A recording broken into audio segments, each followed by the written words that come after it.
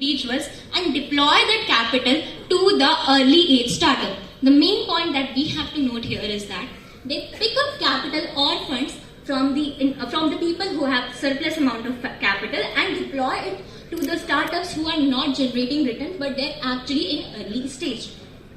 Hence, they are making this risky transaction, so they expect, and the main purpose of this transaction is to generate high return on investment.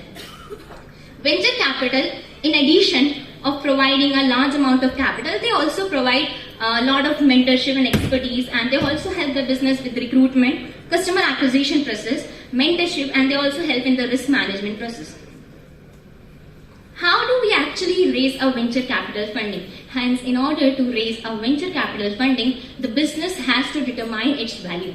The business valuation can be done by certain methods that are there in the market, such as they can consider the price-earning ratio of the firm. They can even compare the PE ratio with the competitors' PE ratio and with the industry's PE ratio. They can even determine the value of the firm by actually seeing the present earning capacity and discounting the future earning capacity of the business.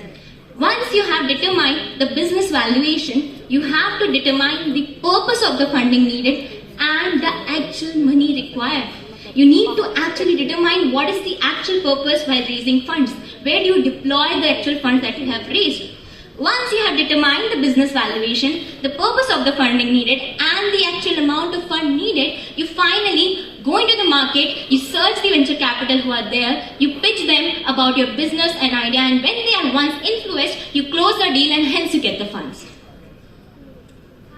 Let us see what are the advantages and disadvantages of venture capital while raising funds via venture capital. Since I have already mentioned that venture capital are those investment firms which have already pre-equipped business knowledge and experience. So in addition to a large amount of capital, as compared to crowdfunding, you also get a lot of business knowledge and mentorship and expertise for your business. Hence, it also helps in managing the risk and control for the business.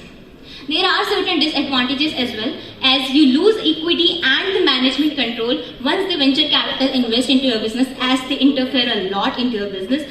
And once they are investing into your firm, the business has to focus a lot on extensive due diligence process, and you also lose the management control, which is very problematic when it comes to a decision making process.